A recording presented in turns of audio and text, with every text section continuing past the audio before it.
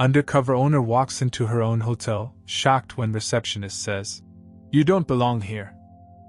The rain tapped gently against the floor-to-ceiling windows of the Pinnacle Hotel Group's executive boardroom, 62 floors above Manhattan. Outside, the city lights blurred behind rivulets of water, creating a kaleidoscope of colors that Charlotte Bennett might have found beautiful on any other evening. Tonight, however, she barely noticed them. Her focus remained razor-sharp on the 14 faces surrounding the mahogany table, faces she had hired, mentored, trusted, faces that now refused to meet her gaze. "I don't think I heard you correctly," Charlotte said, her voice calm despite the thunder in her chest. At 62, she carried herself with the same fierce dignity that had defined her climb from hotel housekeeper to founder and CEO of the world's most prestigious hospitality empire. "You want to discuss my retirement?" Marcus Whitley, her CFO of 15 years, adjusted his tie. "Charlotte, please understand. The board feels the company needs new direction." Fresh blood, she repeated, tasting the bitterness of the words. "I built this company with my bare hands when none of you would touch the hospitality industry. I mortgaged my home. I worked 80-hour weeks while raising my daughter alone. I transformed failing properties into destinations when everyone said it couldn't be done." "Nobody's disputing your legacy," said Eliza Carrington, head of marketing, a woman Charlotte had personally recruited from a competing chain half her current salary, because she'd seen raw talent there. "But the investors?" "The investors? You mean Garrett Knox and his vulture capital friends?" Charlotte didn't bother hiding her disdain. Knox had been circling Pinnacle for years, accumulating shares through various fronts, waiting for his moment. "Tell me, how long have you all been planning this coup?" The uncomfortable shifting of bodies around the table told her everything. "It's not a coup," insisted Whitley, opening a leather portfolio that likely contained termination paperwork. "It's a transition. The board has voted 8-6. With Knox's investor group backing the majority." Charlotte's laugh was hollow. "So that's it? 30 years building something from nothing, and you're going to push me out with a vote? After everything I've survived?" And she had survived plenty. Charlotte Bennett's life story was legendary in hotel circles. Born to a housekeeper at a rundown motel in rural Pennsylvania, she'd started cleaning rooms at 14. By 20, she was managing the entire property. At 25, she'd secured a small business loan for a foreclosed boutique hotel, renovating it herself on weekends. It became the first of the now famous Pearl hotels. Small, exquisite properties known for personalized service that made every guest feel like royalty, regardless of their actual status. What made Charlotte's hotels different was her philosophy. Dignity isn't reserved for those who can afford the penthouse. Her staff, from dishwasher to executive chef, were treated with respect, paid fairly, and given growth opportunities. Her guests, whether business travelers on a budget or celebrities requiring discretion, received the same meticulous attention. This approach, revolutionary 30 years ago, had built Pinnacle into a global empire with over 200 properties. "You'll be well compensated," said Jeremy Lawrence, the company attorney who had once been a bright-eyed law student she'd helped put through school. He now avoided her eyes completely. "Full retirement benefits, stock options." "Don't insult me, Jeremy." Charlotte cut him off. This isn't about money. It had never been about money for Charlotte. It had been about building something meaningful, something that lasted, something that changed how the world viewed hospitality. "Who's taking my place?" she asked, though she already knew the answer. Whitley cleared his throat. "The board is appointing Daniel Reed as interim CEO. Of course." Reed, her own protege. The young MBA she'd hired 10 years ago and personally groomed for leadership. The man who now sat 3 seats away, looking appropriately solemn but unable to hide the ambitious gleam in his eyes. "Daniel," she said softly, "tell me, was it your idea to schedule this vote when I was supposed to be in Tokyo opening our new property? Did you suggest they do it while I was on a 14-hour flight so I couldn't mount a defense?" Reed had the decency to flush. "Charlotte, it's not personal, it's business," she finished for him. "Yes, I taught you to say that when making difficult decisions. I just never expected you'd use my own words against me." A knock at the door interrupted the tension. Charlotte's assistant, Maria, entered with wide, apologetic eyes. "I'm sorry to interrupt, but but there are reporters gathering in the lobby. Someone leaked about an emergency board meeting. Charlotte saw several board members exchange glances. Of course they'd leaked it. Controlling the narrative was step one in any corporate takeover. "Thank you, Maria," Charlotte said with the warmth she reserved for loyal employees. "Please tell them I'll be making a statement shortly." After Maria left, Charlotte stood smoothing the jacket of her charcoal suit, the same power suit style she'd worn to every important meeting for 30 years, though the sizes and tailoring had changed with age and success. "I assume you've prepared a press release about my decision to step down to pursue personal interests." She didn't wait for confirmation. "Well, I won't be signing it. You want me gone? Fine. But I won't participate in the sanitized fiction you've created." "Charlotte," Whitley attempted, "be reasonable. A messy transition will hurt the company." "Your company? Is it still my company?" she asked, pointedly. "Because it seems decisions are being made without me." Reed leaned forward. "Charlotte, please. We're offering you chairwoman emeritus status. Your name will still be associated with Pinnacle. Your legacy is secure." Something in his practiced, patronizing tone made something snap inside her. Charlotte reached into her briefcase and pulled out a small, worn leather-bound notebook. "Do you know what this is, Daniel?" she asked. Reed shook his head. "This is the notebook where I wrote my original business plan, where I sketched the first Pearl Hotel lobby, where I wrote down the names of every employee who stayed with me that first brutal year." She flipped through pages covered in fading ink. "I wrote your name in here too, Daniel, the day I hired you. I wrote, 'Smart kid, hungry.' Remind him that hotels are about people, not numbers." Charlotte closed the notebook and slipped it back into her bag. "Clearly, I failed in that lesson," she said, gathering her belongings. "So here's what's going to happen. I won't fight this vote. It's clear you've secured the legal requirements. But I won't pretend I chose this, and I won't lend my name to whatever you're planning to do with my company." "What are you saying?" asked Eliza, finally showing a trace of genuine concern. "I'm saying goodbye," Charlotte replied simply. "No emeritus titles, no consulting roles, no corporate museum with my picture in it. If you want me gone, then I'm gone completely." She walked to the door, then turned for one final look at the boardroom she had designed herself. From the hand-selected artwork to the table carved from a single piece of mahogany that had taken 12 artisans to complete. "One last thing," she said, her voice steady despite the ache in her chest. "Hotels aren't just buildings, they're sanctuaries. Places where people mark their most important moments, weddings, anniversaries, reunions, grief, celebration. I built Pinnacle to honor those moments with dignity and grace. Remember that when you're slashing budgets and maximizing shareholder value." With that, Charlotte Bennett walked out of her own boardroom for the last time. She ignored the flashing cameras in the lobby and the shouted questions from reporters. Her driver, Thomas, who had been with her for 22 years, opened the car door without a word, understanding from her expression that something monumental had just happened. "Where to, Miss Bennett?" he asked gently, as they pulled away from the Pinnacle's flagship property. Charlotte stared out the window at the building that bore her fingerprints on every brick, every fixture, every policy. Rain streaked down the window, blurring the gold P logo she had designed herself. "Home, Thomas," she said quietly. "And then, I think it's time I disappeared for a while." Within 24 hours, Daniel Reed was announced as the new CEO of Pinnacle Hotel Group. The press release mentioned Charlotte Bennett only briefly, thanking her for years of service without using the word founder. Within a week, her executive portrait was removed from the lobby. Within a month, her signature welcome message disappeared from guest rooms. Within a year, the company history on the website was rewritten to emphasize the visionary leadership of Daniel Reed and his executive team. Charlotte Bennett, the housekeeper's daughter who had revolutionized the hospitality industry, was systematically erased from her own legacy, becoming little more than a footnote in the empire she had built with her heart, her hands, and her uncompromising vision. But Charlotte wasn't finished. Not by a long shot. 5 years could change a world, or erase one.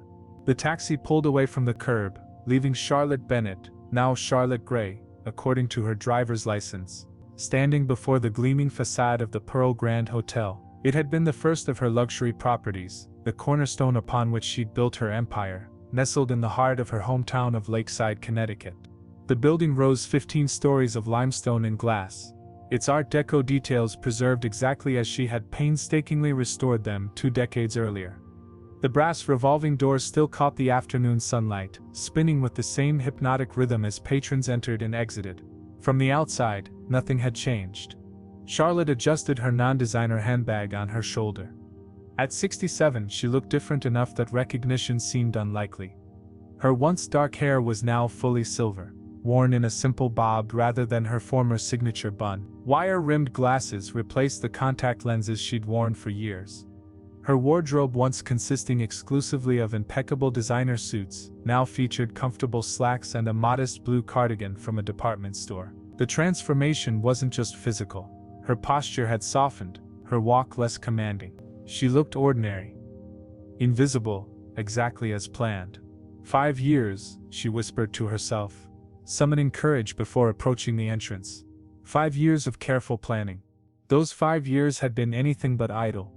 After her ousting, Charlotte had retreated to a small cottage on Maine's rocky coast, where she'd licked her wounds and plotted her return. While the world believed she was traveling in obscurity or perhaps declining in health, Charlotte had been meticulously rebuilding her power through a labyrinth of shell companies and quiet investments.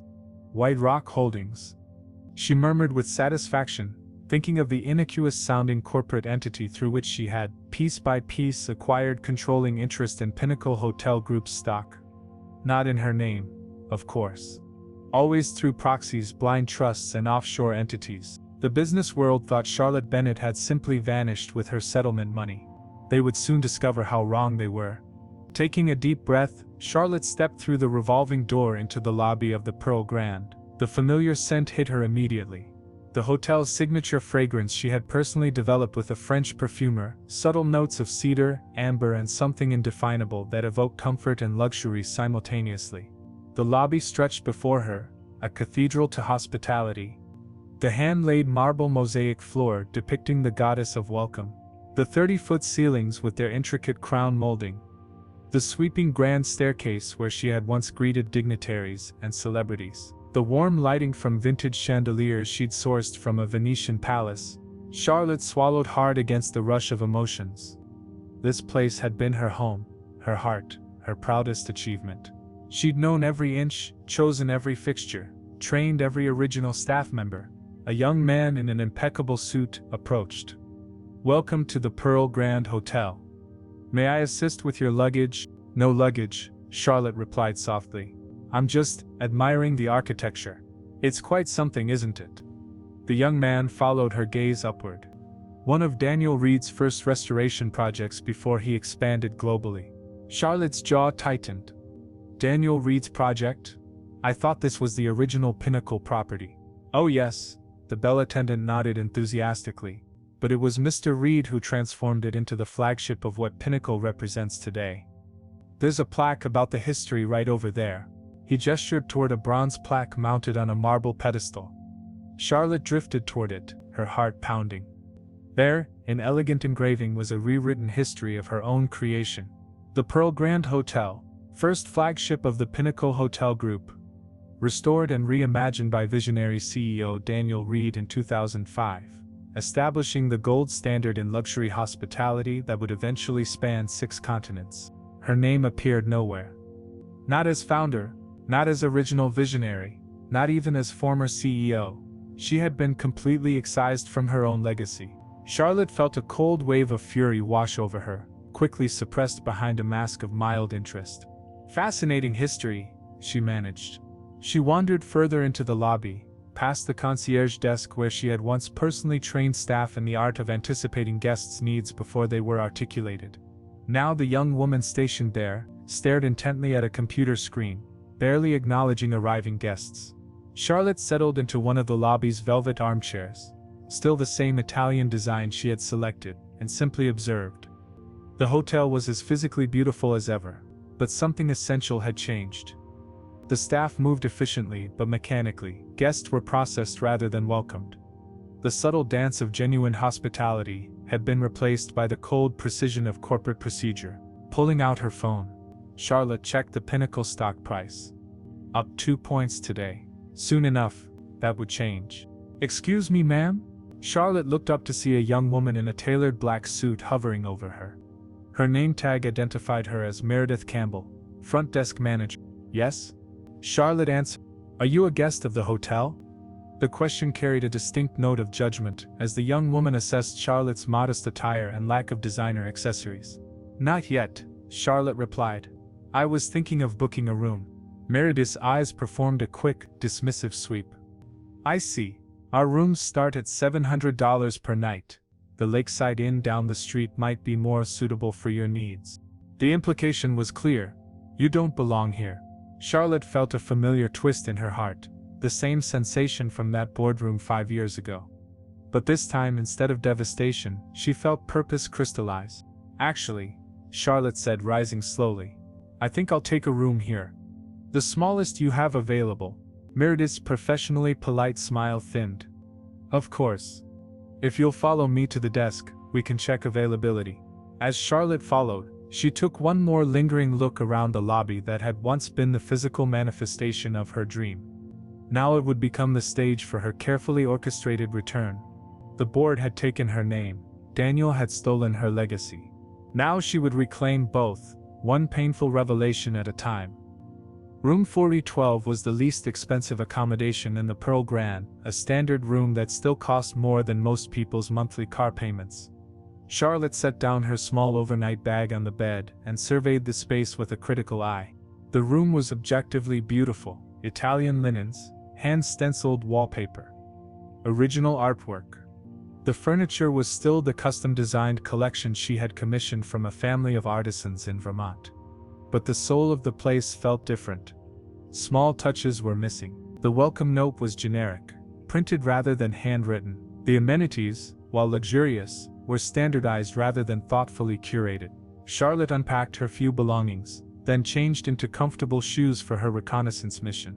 Before heading out, she studied her reflection in the bathroom mirror, ensuring her Charlotte Gray persona remained intact. The woman who stared back at her looked like any other semi-retired professional, pleasant, unremarkable, invisible.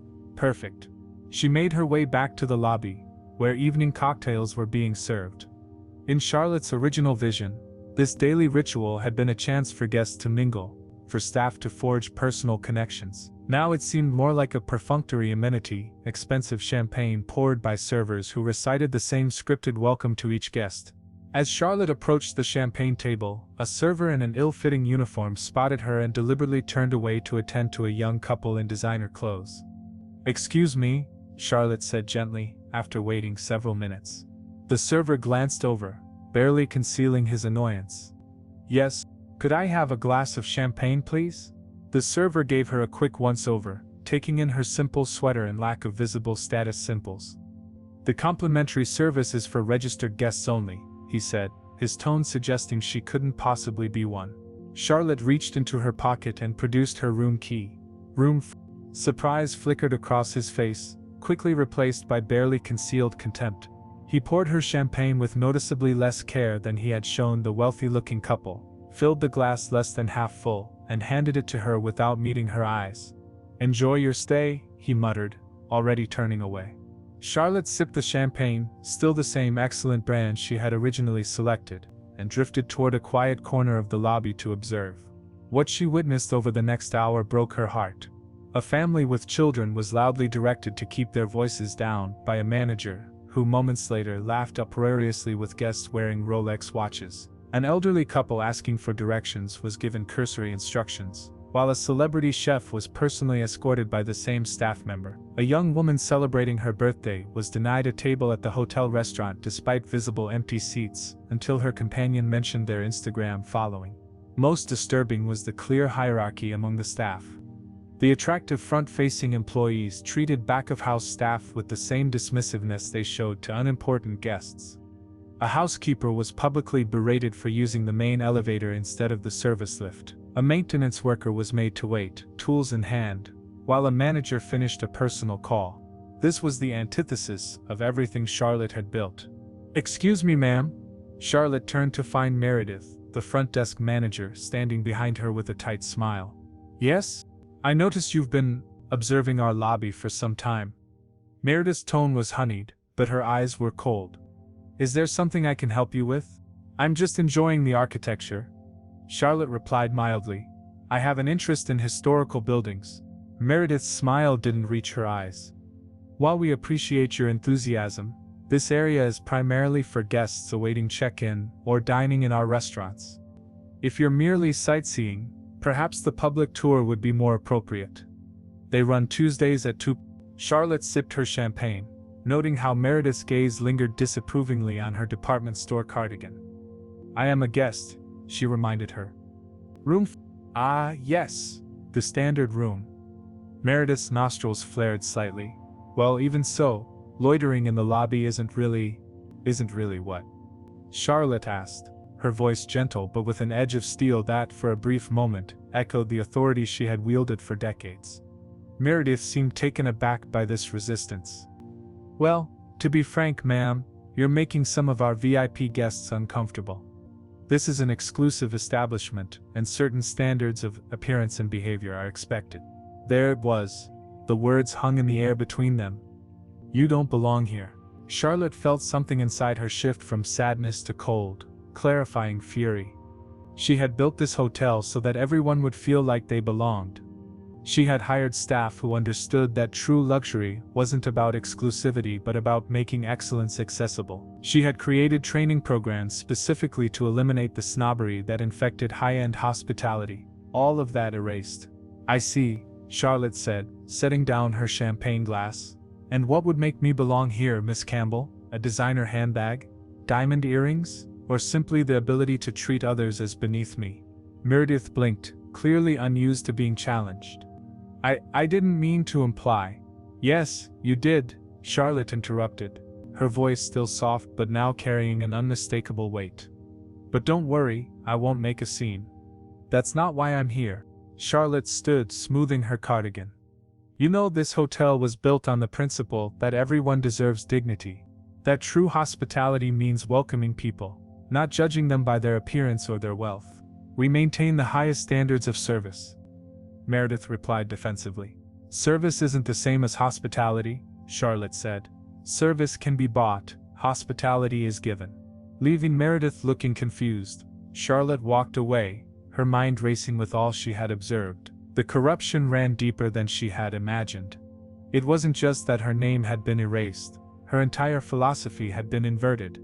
As she rode the elevator to her room, Charlotte abandoned her original timeline. She had planned to spend weeks carefully documenting the hotel's decline before making her move. Now she knew she couldn't wait. It was time to lift the veil on what Pinnacle had become, and what it had once been. Time to expose the rot behind the glamour. Morning light filtered through the curtains as Charlotte awoke in room 412. She dressed deliberately in the most unassuming outfit she'd packed, beige slacks and a navy sweater. The kind of clothing that rendered someone nearly invisible to the status conscious. The perfect disguise for what she planned today, examining every corner of her former hotel. She began with breakfast in the grand dining room, once the jewel of the Pearl Grand.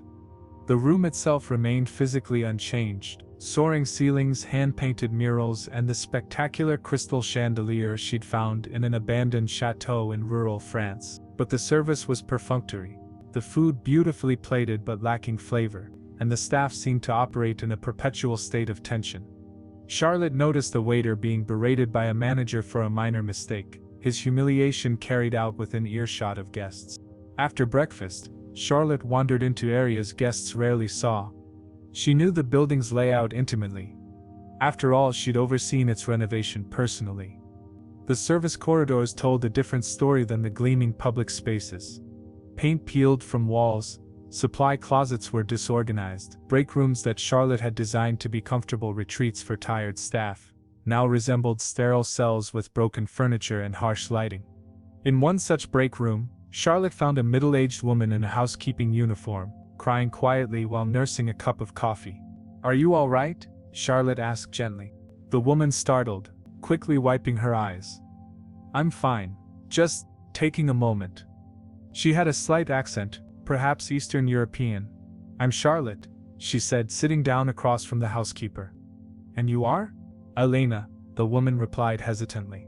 "I should get back to work." "We're not supposed to be seen by guests." "Not supposed to be seen?" Charlotte repeated, disguising her shock. In her day, staff had been encouraged to engage warmly with guests. "I won't tell anyone. What's upset you, Elena?" After some gentle coaxing, Elena's story spilled out. She'd worked at the Pearl Grand for 9 years, starting when Charlotte was still CEO. Back then, she'd been paid fairly and treated with respect.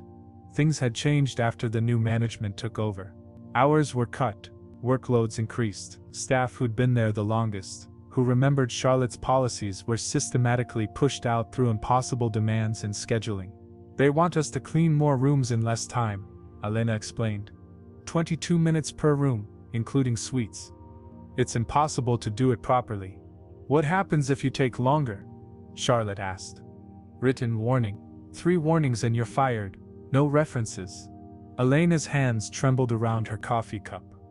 "I have 2 children in college. I can't lose this job." Charlotte's heart ached. When did all this start? After Mr. Reed became CEO, at first small changes, then bigger ones. Elena looked around nervously. "There are cameras everywhere now. They track our movements, time us between rooms." Over the next several hours, Charlotte strategically positioned herself throughout the hotel, striking up conversations with staff who seemed receptive. From Marco in maintenance, she learned that critical repairs were being postponed to cut costs, resulting in jury-rigged solutions that looked fine on the surface, but created dangerous conditions behind walls and under floors. "The fire suppression system hasn't been properly inspected in 2 years," Marco confided. "I keep reporting it, but they just want quick patches." From Josie, a bartender who'd been there since opening day, Charlotte discovered that the hotel now watered down premium liquor and served counterfeit wines to all but the most knowledgeable guests. "They switched the authentic supplies with knockoffs last year," Josie whispered. "Only the Diamond Elite members get the real stuff now." The most disturbing revelation came from Thomas, a night auditor, who recognized the systemic financial corruption. Pinnacle was double booking rooms, charging premium rates on booking platforms, then upgrading guests who booked directly when they arrived, essentially selling the same rooms twice. The accounting was deliberately obscured to hide this practice from regulators and franchise partners. "The books are cooked," Thomas explained during his break. "They're showing profits that don't exist and covering shortfalls with new investor money. It's a house of cards." Charlotte documented everything meticulously on her tablet: names, dates, specific violations. By late afternoon, she'd compiled enough evidence to potentially trigger multiple regulatory investigations. But that wasn't her endgame. This wasn't just about exposing corruption. It was about reclaiming the soul of what she'd built. As evening approached, Charlotte noticed increased activity in the lobby. Staff rushed about, arranging flowers and polishing surfaces with frantic energy. A banner was being hung across the grand staircase. "Pinnacle Hospitality Gala, celebrating excellence." "What's happening tonight?" Charlotte asked a nervous-looking bellman. "Annual charity gala," he replied. "All the executives fly in. Mr. Reed announces quarterly results and gives out awards. It's a big PR event. Press, investors, celebrities." Charlotte nodded thoughtfully. "Is it open to hotel guests?" "Oh no," the young man laughed. "It's extremely exclusive. Invitation only." "I see," Charlotte said, a plan crystallizing in her mind. "And when does it start?" 8 o'clock. "But honestly, you couldn't get within 100 feet of it. Security's incredibly tight." Charlotte smiled. "Thank you for the information. You've been very helpful." Back in her room, Charlotte opened her suitcase and removed the false bottom, revealing what she'd brought for precisely this moment: a designer dress in her signature crimson, elegant jewelry, and the custom shoes she'd worn to open her 100th hotel. She laid them carefully on the bed alongside a small velvet pouch containing her final weapon, the irrefutable proof of ownership that would change everything. Tonight, Charlotte Bennett would attend the gala, and she would make sure it was a night Pinnacle would never forget. The Pearl Grand's ballroom glittered like a diamond cave. Crystal chandeliers, the same ones Charlotte had personally selected from an Italian artisan 20 years earlier, cast prismatic light over 300 of the hospitality industry's elite. Champagne flowed from fountains. Michelin-starred chefs supervised elaborate food stations. A string quartet played softly from a raised platform. Behind a velvet rope, photographers captured the arrivals of celebrity and Pinnacle executives. Security personnel with earpieces scanned the crowd, their eyes automatically dismissing the service staff who moved invisibly among the guests. At precisely 8:27 p.m., Charlotte Bennett stepped from the service elevator in the back corner of the ballroom. The transformation was complete. Gone was the unremarkable woman in beige and navy. In her place stood the hotel empress in her full glory. The crimson dress, custom tailored to her frame, was elegant rather than flashy, projecting power rather than seeking attention. Her silver hair was swept into the signature chignon she'd worn throughout her career. A single strand of pearls, her trademark accessory, graced her neck. But most striking was her posture, her presence. Charlotte Bennett carried herself like a woman who owned the room, because in fact, she did. She moved slowly along the periphery, observing. Daniel Reed stood at the center of an admiring circle, laughing too loudly at his own jokes. At 45, he'd maintained his boyish good looks, though his tailor had been working overtime to conceal his expanding waistline. Next to him stood Marcus Whitley, now visibly aged, and several board members who had voted for her removal. None of them noticed her yet, but someone else did. "Excuse me, ma'am, this is a private event," said a security guard, moving to intercept her. Charlotte smiled. "I know. I'll need to see your invitation," he insisted. Hand outstretched. "I don't have one," Charlotte replied calmly. The guard frowned. "Then I'll have to ask you to leave immediately." "I don't think you will," Charlotte said, her voice carrying just enough authority to make him hesitate. "I'd like you to find Meredith Campbell from the front desk. Tell her the guest from room 412 would like a word." Something in her tone made the guard pause. He spoke quietly into his wrist microphone, eyes never leaving Charlotte. Within moments, Meredith appeared, clearly annoyed at being pulled from the festivities. "What seems to be the—" Her words died as she recognized Charlotte. Though not as the unimportant guest she'd dismissed, but as someone else entirely. Someone whose face she'd seen somewhere before. Realization dawned, slowly. Then all at once. Meredith's complexion went from flush to ashen. "Oh my God," she whispered. "You're—" "Yes," Charlotte confirmed simply. "I am. And I believe Mr. Reed is about to begin his speech. I wouldn't want to miss it." Meredith stood frozen, mouth opening and closing without sound. Charlotte moved past her into the heart of the ballroom just as Daniel Reed approached the podium. The crowd's chatter quieted in anticipation. "Distinguished guests, valued investors, members of the press," Reed began, his practiced charm on full display. "Welcome to Pinnacle's annual celebration of excellence. As we mark another record-breaking year." Charlotte positioned herself directly in his line of sight. For several seconds he continued speaking, his eyes passing over her without recognition. Then he faltered mid-sentence, blinking as if seeing a ghost. "Because, in a way, he was." "Charlotte?" he said into the microphone, his voice suddenly strangled. A murmur rippled through the crowd as heads turned, searching for the source of his distraction.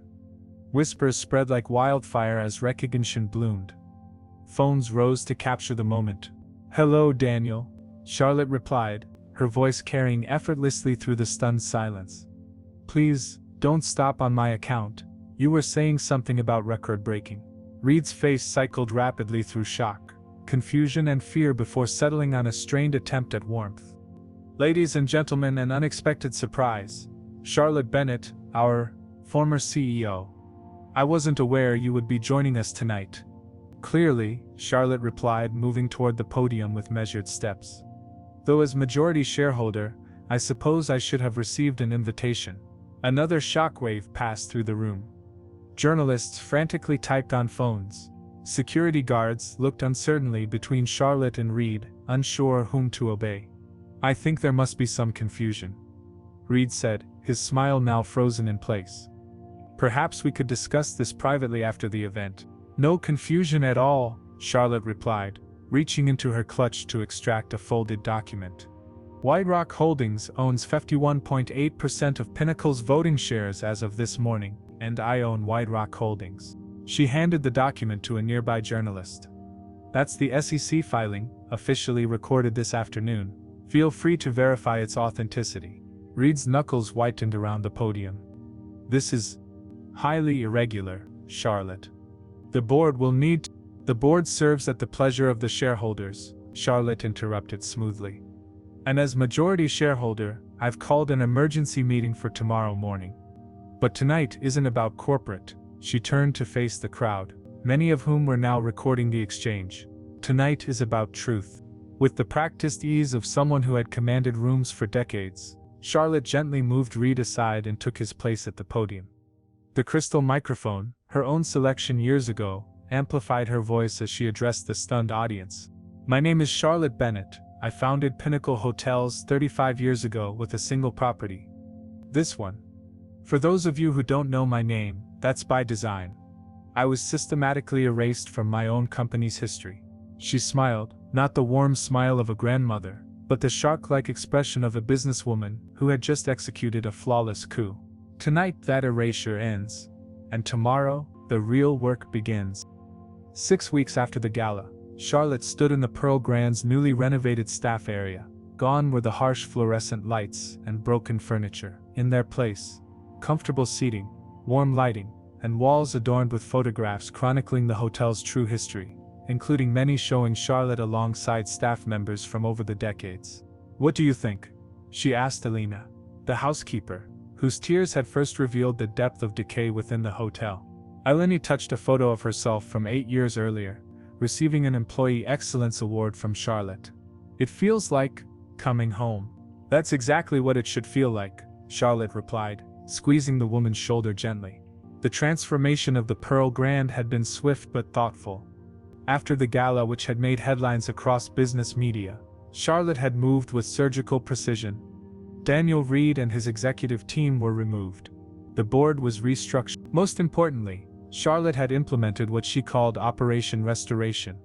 Not just of physical spaces, but of the hotel's original values. The changes were substantial. Room cleaning times were extended back to the original standards. Quality over speed, pay scales were adjusted to reflect experience and skill rather than appearance or position. The counterfeit wines and watered-down spirits were replaced with authentic products. Maintenance requests were prioritized based on safety rather than visibility. But Charlotte's most revolutionary move came in the form of her new management structure. Are you ready for the leadership meeting? Asked Thomas, the night auditor who had exposed the financial misconduct. Now he served as the hotel's financial controller, his integrity proving more valuable than an MBA. Almost, Charlotte replied, making a final adjustment to a framed document on the wall. Her original business plan for Pinnacle Hotels now displayed prominently for all staff to see. The conference room, once reserved exclusively for executives, now hosted a diverse group. Elena had been promoted to Director of Guest Experience. Marco from Maintenance was now Facilities Manager. Josie from the bar had become Food and Beverage Director. Alongside these veteran staff were younger employees who had demonstrated genuine care for guests regardless of their status. Conspicuously absent, Meredith Campbell and anyone else who had perpetuated the toxic culture of hierarchy and exclusion. Charlotte took her seat, not at the head of the table. There was no head anymore, just a round table where all voices carried equal weight, and opened the meeting. 6 weeks ago, we began a journey back to our roots, she said. Today I want to hear your honest assessment. Are we on the right track? For the next hour, Charlotte listened more than she spoke. She heard about initial resistance from some guests who missed the exclusivity of the old system. About the challenges of retraining staff accustomed to fear-based management. About budget concerns as they prioritized quality over cost-cutting. But she also heard success stories. Guest satisfaction scores were rising. Staff turnover had plummeted. The authentic experience was attracting a new clientele who valued substance over status. We're building something that will outlast all of us, Charlotte told them as the meeting concluded. Not just a hotel, but a community. A place where dignity isn't a luxury amenity. After the meeting, Charlotte made her daily round of the hotel, stopping to chat with staff members, checking on details, offering guidance where needed. Unlike Daniel Reed, who had secluded himself in a penthouse office, Charlotte maintained an open-door policy and a hands-on approach. As evening approached, she made her way to her favorite spot, the west-facing terrace on the 15th floor. In the early days, when she was working endless hours to make the hotel succeed, she would steal a few minutes here each day to watch the sunset and remind herself why the struggle mattered. The terrace had been closed to guests under Reed's management, reserved for private parties of the ultra-wealthy. Charlotte had immediately reopened it to all, returning it to its original purpose as a place of beauty and reflection. She settled into a chair, watching as the sun began its descent. The door opened behind her, and she turned to see an elderly couple hesitantly entering the terrace. "Oh, we're sorry," the woman said. "We didn't realize someone was here. Please, join me," Charlotte replied, gesturing to nearby chairs. "The sunset belongs to everyone." The couple introduced themselves as the Millers. Celebrating their 50th anniversary, they had stayed at the Pearl Grand for their honeymoon and had returned to mark the occasion. "It's changed over the years," Mr. Miller observed. "For a while it lost something important. But this visit, it feels like it did that first time. Warm somehow." Charlotte smiled. "What was different about this time?" Mrs. Miller considered. "The young woman who checked us in, Alina, she treated us like we mattered. Not because we're rich or famous, but just because we're people with a story. Everyone has a story worth honoring," Charlotte said softly. As they continued chatting, other guests gradually joined them on the terrace. A young family with children. A solo business traveler. 2 college students backpacking on a budget. All drawn to the simple beauty of the fading light. Soon the terrace hummed with conversation and laughter, strangers connecting in the warm glow of sunset. This diverse gathering embodied everything Charlotte had envisioned when she founded Pinnacle, a place where everyone belonged, where luxury meant making each person feel valued regardless of their status. As darkness fell and stars appeared, Charlotte excused herself, leaving the terrace now alive with community. In her office, she found a small package waiting. Her original leather notebook, returned anonymously from a former board member, with a simple note, "You were right all along." Charlotte traced her fingers over her faded handwriting, the dreams of a younger woman who had believed hospitality could change lives. She had been right, and now, those dreams lived again, not just in buildings or brand names, but in a legacy of dignity that would outlast her name. The forgotten founder had remembered who she was, and in so doing, she had reminded an entire industry of what it could be.